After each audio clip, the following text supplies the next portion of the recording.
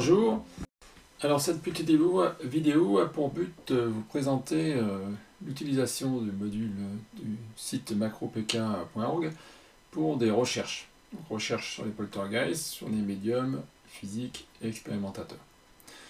Vous êtes sur le site macropk.org et vous avez les menus principaux, donc poltergeist, médium, mystique, expérimentation, dans lequel dedans il y a les chercheurs expérimentateurs. Donc vous verrez qu'en fait les modules de recherche c'est très proche. Donc on va ici on déroule le menu, on va sur base de données et on a 3 modules possibles, recherche simple, multicritère ou full text. Et on a la même chose pour toutes les modes de recherche. Alors si vous êtes sur là on est sur PC ou Mac, si vous êtes sur votre tablette ou votre portable, qu'on va voir ici, vous allez avoir un menu comme ceci, et en fait le menu, pour pouvoir accéder au menu, en fait c'est des petites barres qui sont ici, là, voilà. Donc vous avez 3 petites barres, là, ici, là, quand vous appuyez dessus, elles se déroulent, elles vous donnent un premier niveau de menu, et si vous voulez avoir le niveau suivant de menu, vous allez de même sur la droite, et vous avez des petites flèches, et vous appuyez sur la petite flèche, et vous avez donc le menu qui se déroule avec, donc vous voyez, base de données. Donc après base de données, on peut appuyer sur la petite flèche et on a pareil le déroulé avec recherche simple, multicritère, full text, etc. Donc c'est la même chose sur les tablettes ou smartphones, sauf que l'accès au menu est un peu différent. Voilà. Aussi sur les PC et Mac, vous pouvez tout à fait soit aller par les menus du haut, soit vous descendez, vous passez les news et vous avez directement un accès au module de recherche par catégorie. Donc si on prend le cas des poltergeists, recherche simple, voilà. Bon, soit vous connaissez le numéro de cas, mais en général c'est rare, et vous avez le pays, par exemple si on cherche en France, tout simplement. Alors on peut chercher une période, hein, par exemple on peut chercher 1920 par exemple, là, 1980 par exemple, voilà. On clique sur rechercher, on attend un petit peu, voilà, et le système affiche donc les résultats sous la forme d'une liste. Une liste synthétique, puisqu'après vous avez la possibilité, ici, en cliquant sur le petit œil ici, d'avoir le détail. Donc là vous avez les sources, donc où est-ce qu'on peut voir les cas. Donc, quand c'est surligné, c'est que vous avez un complément d'information sur la source. Parce qu'en général c'est les sources qui viennent de Gould & Cornell, celle-là, d'accord. Et puis vous avez l'année, et vous avez quelque chose qui est déjà détaillé sur le site, c'est les niveaux de témoignage et les niveaux de détail. Donc l'intérêt c'est, plus vous avez un niveau de témoignage élevé, plus vous avez un cas qui est quand même le plus crédible possible, et plus le niveau de détail est élevé, plus effectivement vous avez d'informations dessus, hein. Donc le 5 étant la personne a relevé date, heure par heure presque, l'ensemble des événements associés à ce cas.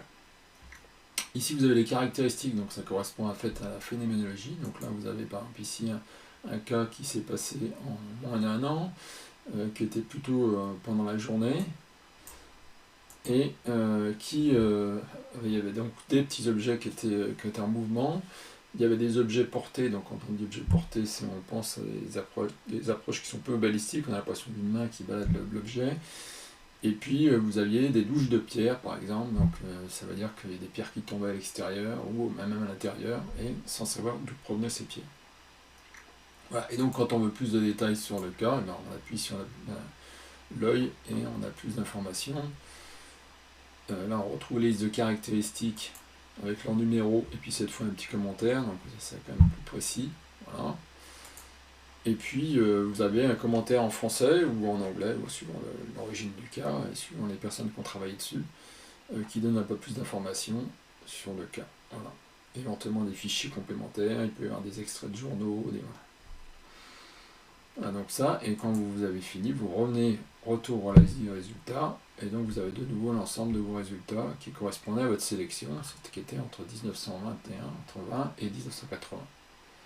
Et donc là vous avez plusieurs pages ici, donc voilà, la page suivante, la dernière page. Voilà. La dernière page, on est en 1977.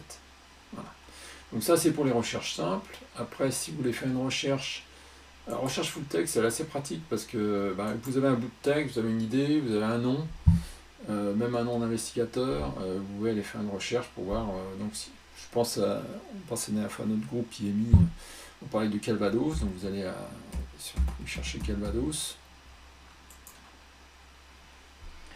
Et vous retrouvez avec effectivement un cas traité par Camille Flammarion dans la ville de Tourneur. Donc, pourquoi c'est Calvados? Si on vient dans le détail, effectivement dans le commentaire, il y a dans un château du Calvados, Normandie. Donc voilà, et c'est vrai qu'il est plutôt connu sous le nom Calvados que le Tourneur, qui est la ville où il était. Et dedans, vous allez retrouver pareil l'ensemble des informations détaillées. Dans quel livre? Donc par exemple, dans le livre de Flammarion, il est entre les pages 105 et 126. Dans le livre de Pascal Catala, il est dans une page de 86-89. Le Couteux, la page était non indiquée. Voilà. Donc voilà, et puis donc un commentaire, etc. Donc voilà, ça permet, donc ça c'est recherche full text. Donc vous pouvez chercher, on a cherché Calvados, vous pouvez chercher le nom d'un investigateur. Par exemple, on pourrait prendre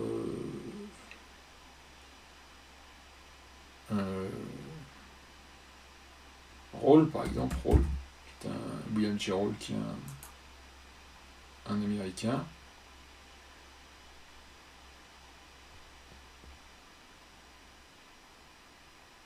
Donc là, on trouve 58 cas. Alors pourquoi 58 cas? Parce qu'effectivement, Rawls, il a écrit un livre, donc même si c'est pas lui qui a investigué tous les cas, la référence de son livre est dans plein de cas. Donc vous allez retrouver plein de cas qui sont, voilà, dans Rawls, page 3, Rawls the Poltergeist, page 28, Rawls the Poltergeist, page 26, 27, etc. Donc c'est intéressant parce que vous avez un nom de ville, un nom d'investigateur, voilà, ça vous permet de retrouver rapidement des cas. Et puis si vous cherchez un cas de manière très précise, à ce moment-là, vous allez travailler avec la recherche multicritère. Ça vous permet soit de rechercher un cas très précis, soit de rechercher des cas associés à un ou deux phénomènes. Donc le cas très précis, c'est vous pouvez rentrer un texte, vous pouvez rentrer l'année, vous pouvez rentrer les pays, vous pouvez rentrer quelle durée, combien de temps ça a duré, vous pouvez retrouver éventuellement les investigateurs qui ont travaillé dessus. Donc là, ça veut dire qu'il faut qu'ils soient dans la base, bien sûr, ces investigateurs.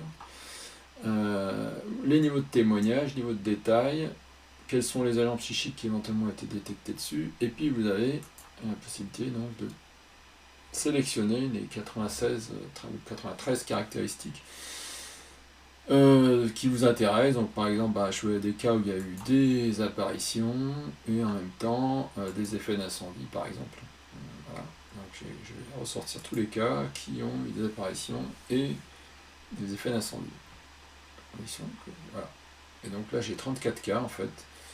Donc ça va de 1260 à, si on regarde la dernière, à 2012, vous voyez, où on a, on a un cas avec, en Belgique, Tournai, qui a été rapporté par Mallory dans son livre Antilles et apparitions, avec Clément. On a le cas d'Ared Ridson, à San Pedro, 1789, voilà. Et donc là, c'est un peu, voilà, vous faites vraiment ce que vous voulez avec la recherche, vous prenez le niveau de détail que vous voulez. Alors ça, on a vu, c'est des recherches pour l'ensemble des poltergeists. Vous avez la même chose pour les médiums physiques, avec certains critères qui sont différents. Même chose pour les mystiques. Alors bien sûr, pour l'instant, la base mystique est moins développée que le poltergeist, mais pareil, les médiums, on a d'abord travaillé sur les poltergeists, et puis sur les expérimentateurs. Donc, par exemple, les bases de chercheurs, vous avez en recherche full text, on peut aller chercher pour Playfair par exemple, voilà. Donc Playfair, c'est un chercheur anglais qui a travaillé sur différents cas. Donc là, l'avantage, c'est que vous avez sur la synthèse, vous avez le nom des 4 poltergeists sur lesquels il a travaillé, ou du moins qui sont identifiés dans la base. Donc on retrouve un cas très connu, Enfield, à Londres. Là d'ailleurs, il y a beaucoup d'informations, de sources. On trouve d'autres cas, notamment au Brésil. Et puis, par exemple, Maurice Gross, qui avait travaillé aussi. On trouve aussi là, un agent psychique, vous voyez, donc là, on le dit aussi sur quel agent psychique il a travaillé. En plus, il a travaillé, par exemple, sur Uri Geller. Voilà.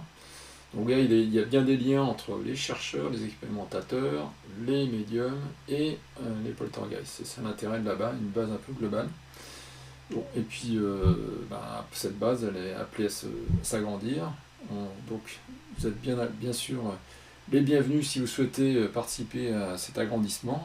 N'hésitez pas à vous inscrire pour demander à être informé, soit être informé, soit même à participer à l'agrandissement de la base. Voilà. Donc, l'objectif, c'est que ça soit suffisamment court. Donc, je vais m'arrêter là. Mais bon, n'hésitez pas à vous inscrire si vous le souhaitez. Et puis, à bientôt.